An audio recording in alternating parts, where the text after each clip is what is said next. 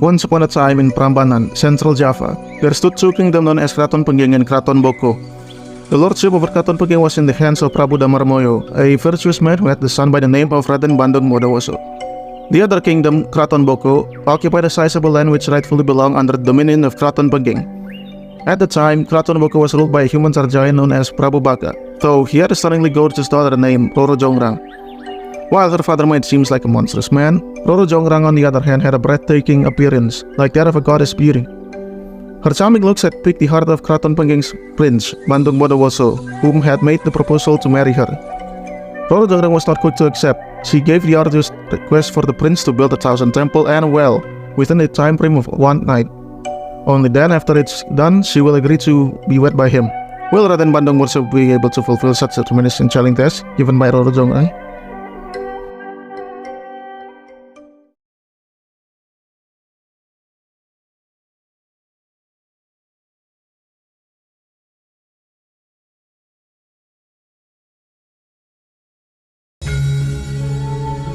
The enemy's garrison is almost empty, my lord. So I ordered the troops to move in. If there is little option, then yes. Occupy the garrison, make sure to secure their supplies. Understood, my lord.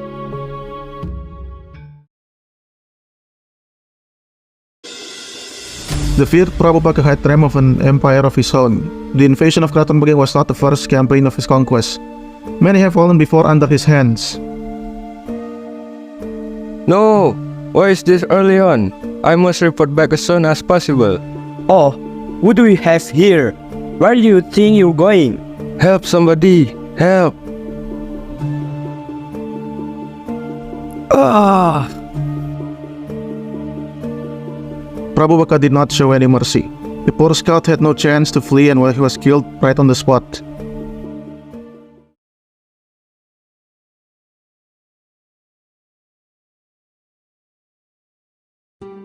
Meanwhile, back in Kraton Pengging's court. Somewhere in the courtyard, the courtmaster was managing the recently arrived military equipments. Is this all? This should be all of them, quartermaster. All right. So, the delivery was 2 days ago. You know why did it arrive so late? You can blame the party for that. He's been slacking off a lot more. I'll be going then. Got loads of work to do. When Zukiman went down to do his own business, Chipluk walked around, carrying things into the storage room. Seneschal, there you are. The head chef had been complaining all this morning. Quartermaster, I didn't see you there. What seemed to be problem? The kitchen is understaffed. Too many of the men is drafted away into military service. What with the increase of military presence? Anticipation for a war that Prabu Baka from Kraton Boko might soon invade us. Well, that explains a lot. Before you go, let me offer some servant for help too. How much people do you need, Quartermaster? Maybe about 2 or 3. The barracks requires a restock of equipments. I understand. I'll bring some men here to help you. I appreciate it. You can go now.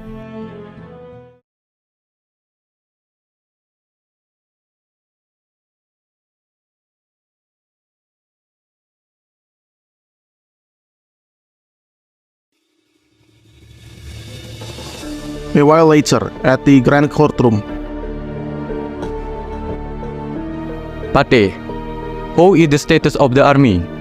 There's still ongoing preparation. Sire, we should be able to begin deployment this afternoon. Your Highness, Prabu Damarmoyo.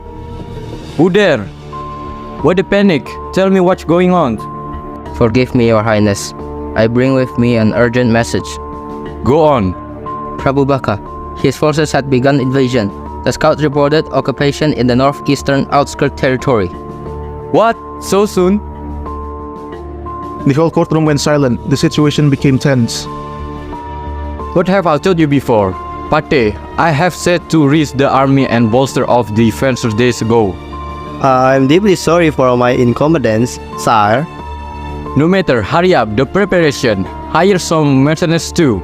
You will lead the army and face Prabu Baka and his force. What? Lead the army? No, absolutely not. I can speed up the preparation. but I wouldn't dare to lead the army against Prabu Baka. I would rather be a lantern cleaner than face that brute, sire. Just bring Bondowoso here.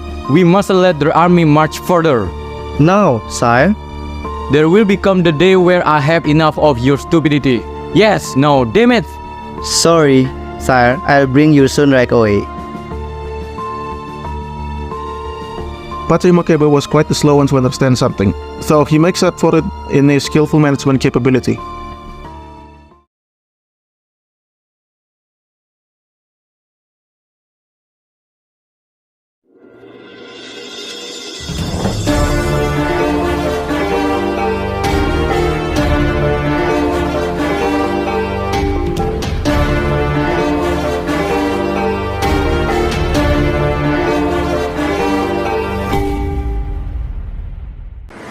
Father, have you cared for me?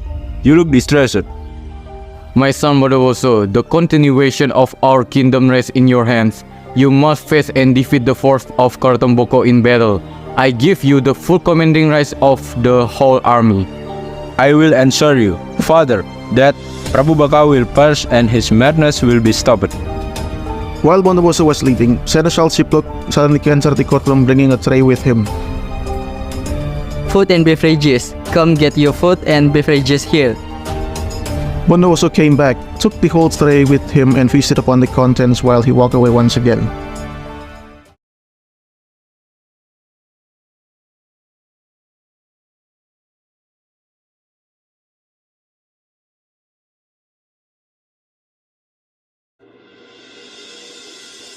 After 2 days of marching, Bondowoso and his soldiers arrive at the occupied outskirts region. Prabu Baka, show yourself and face me in combat. Who's this charm challenging us?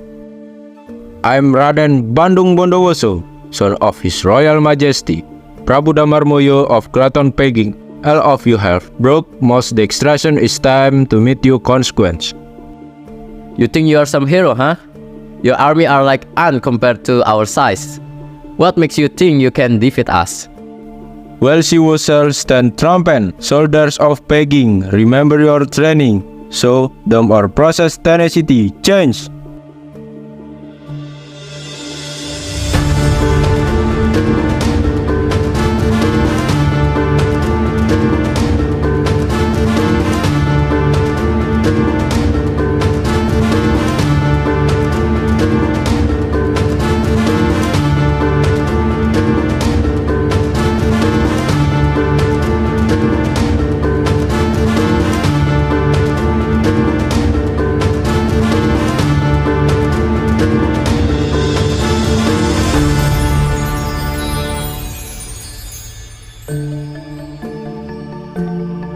While the forces of Kraton Boko outnumbers Bondowoso's army, with homeland advantage and mastery of combat, they're able to drive out most of the enemies, with the surviving rest left fleeing.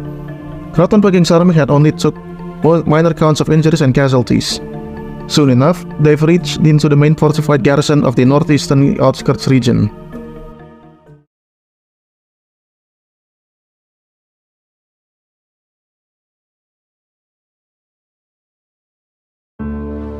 I dare anyone wait at that.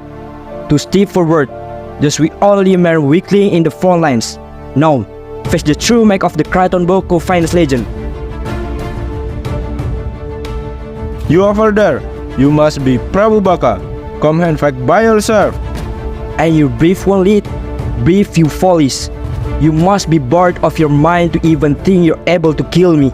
Your words means nothing to me. I challenge you a duel to the death. Defeat me and Kraton Peking will bow to your rule. Oh, what interesting proposal. I will play along with your terms. Try and kill me, if it be my own kingdom too.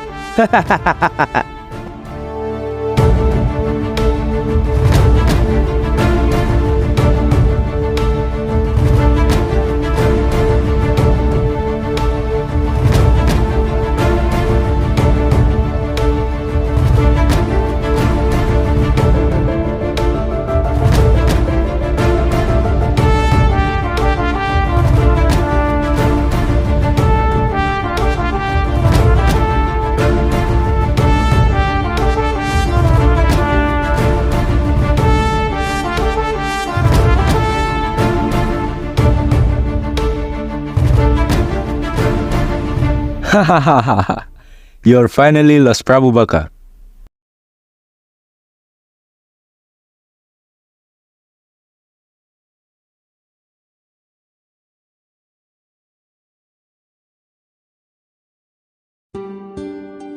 The day tomorrow, within the royal palace of Kraton Boko, the people there had not heard any reports back from the frontiers.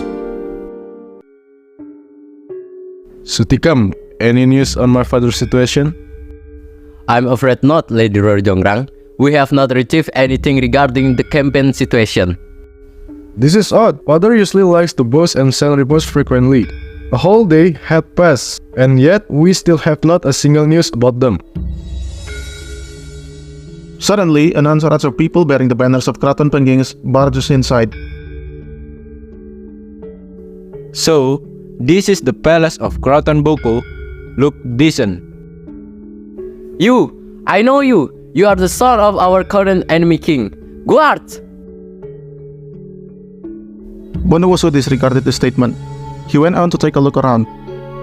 None of the soldiers moved. All of the people in the crowd stood silent for a few seconds. What? Sutikam? You are in a misunderstanding. Pati, what's the meaning of this? We were struck by misfortune that result in a change of our liege.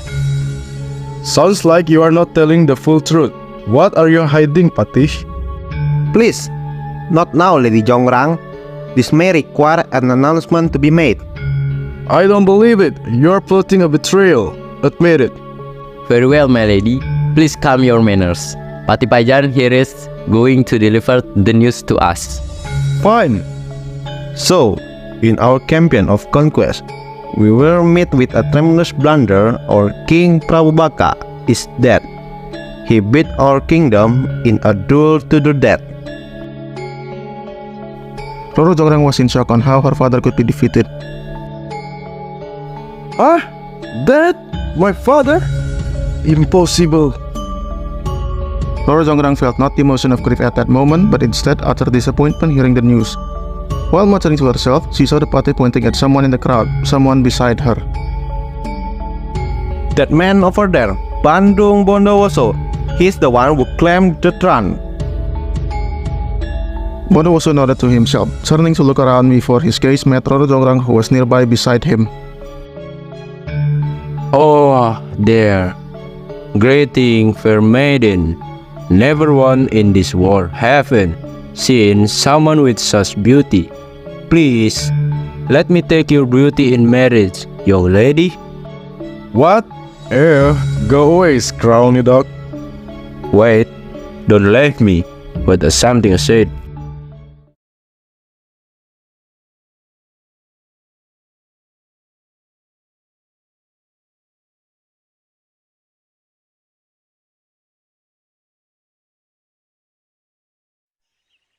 Now that Kraton Boko has fallen into the hands of Bandung Bondowoso, he had begun ruling until more further details regarding the current predicament were given by Prabu Damarmoyo. Throughout those days, Bondowoso courtship over Roro Jonggrang persisted. He kept on pursuing her even after getting rebuffed multiple times already. Within the bedchamber of Roro Jonggrang. Morning, Lady Roro Jonggrang. May I come inside your room? Come in. Are you still feeling down, my lady? Ooh, what do you think? That man won't stop staring me. I brought tea, my lady. Here, I hope it at least lighten your mood up. Whatever. I will leave you to yourself, Lady Roro Jonggrang. Please excuse me. Good morning to you, my dearest Jonggrang. Have you gotten a good night of sleep? You again? Are you dense or something? I have said my answer. It's no. Please, dearest Lady Jonggrang, don't be like that. I will do anything to prove my love for you. Anything to have you as my wife. No matter how difficult the match might be, I will fulfill it just for you. If that's the case, I will give you my request later. Leave me alone now. At least let me prepare for the day. Very well. I eagerly anticipate your response, my lady. Such a stubborn man. He won't stop unless we must do something about it. I think I might have an idea.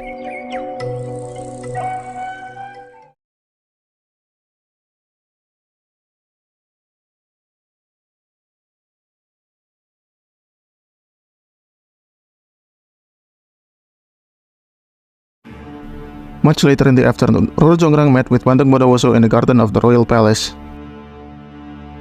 Ah, there you are, Lady Jonggrang. I had grown quite a bit information, but alas, you are finally come. What shall I do to take your hand in marriage? Bandung Bondowoso, for I to be willing to become your wife, you will build me 1,000 candi along with a well in my name. You may begin now, but remember this, all must be done until tomorrow's morning comes. Wow, such impossible task for a common man. Fortunately, I'm a responsible man. It shall be done, my dear maiden. I will prove to my eternal love.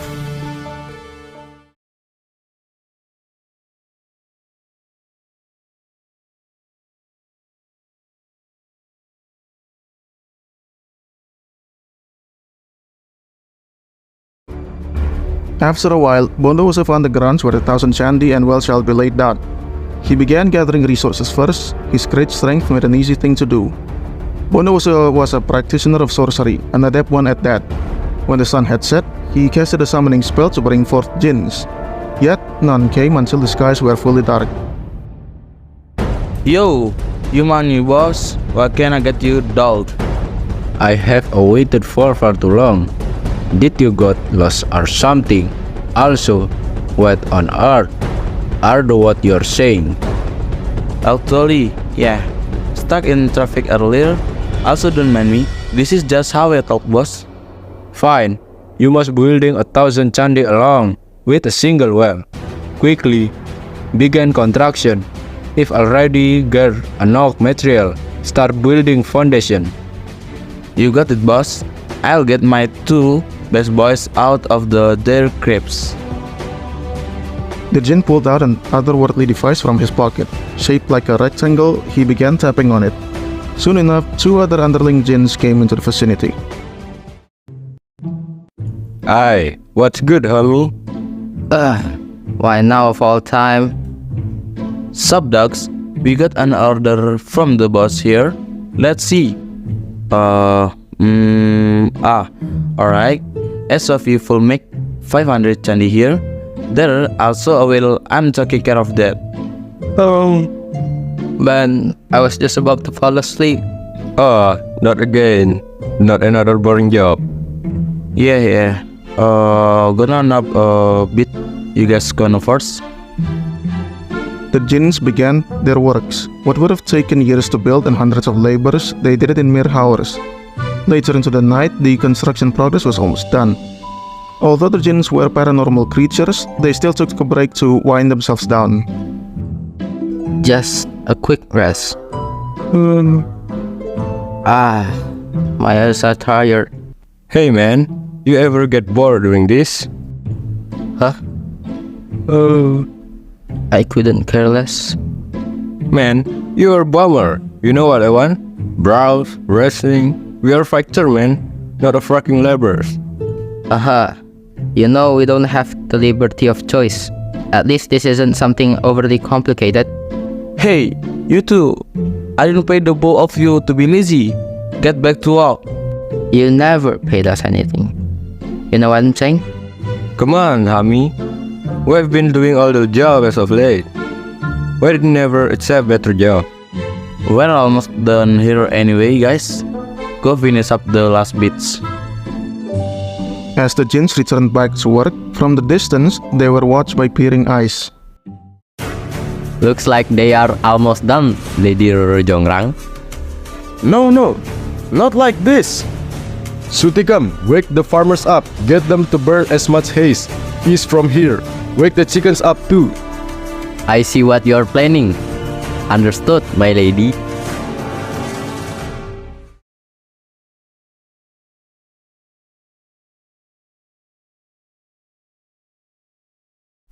While the jinns were finishing up their works, it was in the nick of time that the haze burned brightly and the chickens clucked loudly. Both of these paired together brought a near-perfect illusion of morning. It was enough to trick the jinns. The jinns approached Bondowoso, who was napping on a tree nearby the construction site. Hey boss. Huh? Is it finished already? About that, unfortunately no. It's already morning too. so cannot do much work anymore. What? Morning? To the east, a glowing orange light is casted seemingly towards the horizon. Well, the project is almost done, but the sun's gonna rise soon. We preferably don't want to get burned alive. We will on a boss. Bondowoso felt suspicious. Just a few minutes back when he was asleep, the lands were dark with only the moon to illuminate. He went to the source of the lights in the east, arriving at the scene of a large pile of haze burning.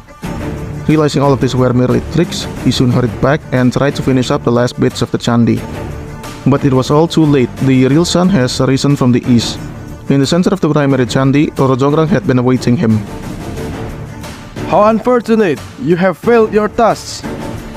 You! This must be your doing. It's all a snake. Course be open. I will turn you into a Chandi.